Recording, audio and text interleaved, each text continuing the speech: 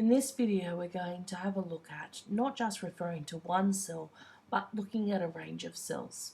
So if we wanted to add up all of the cells that were here, we can use a predefined function. So one of the things that we could do, which would be more time consuming, is we could type in equals this cell reference plus this cell reference plus this cell reference plus this cell reference. Oops, I missed one. Make sure I put that one in and then pop this one in and then press enter. And that'll give us 333. So let's just put this over here for a second, 333, just so we remember what the answer actually was. Now, so what that does is it gives you each one of the weeks here and adds them up like a simple mathematical formula. So what we can do instead of doing that is that there are actually some predefined formulas, actually a whole heap of predefined formulas within Excel. One of the most common ones is the sum formula.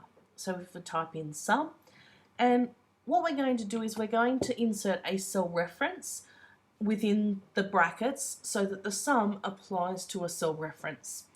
So what we're going to do is we're going to click on the first cell reference and then click and drag to get to the last cell reference.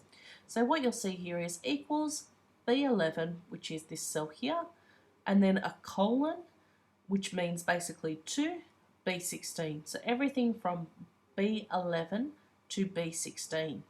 And if we close the bracket then and press enter, look, we've got the same number, 333.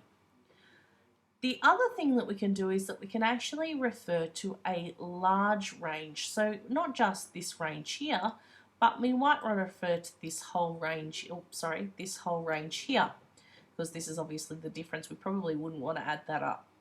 So what we can do is we can actually refer to this range here by going from the top left-hand cell, which is B11 here, to the bottom right-hand cell, which in this case is C16.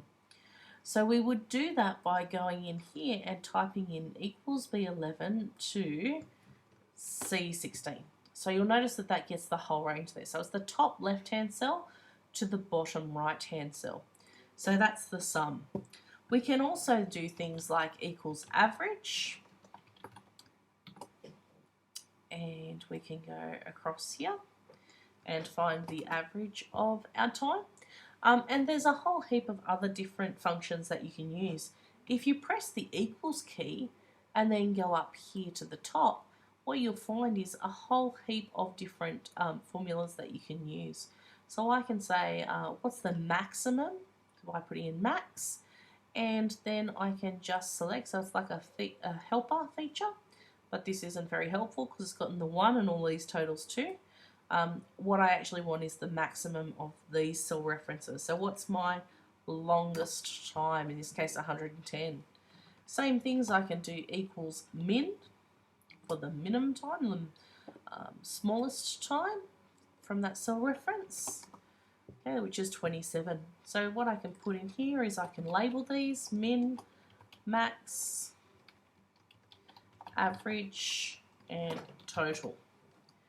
So we've got a whole heap of different formulas here using that range of cells.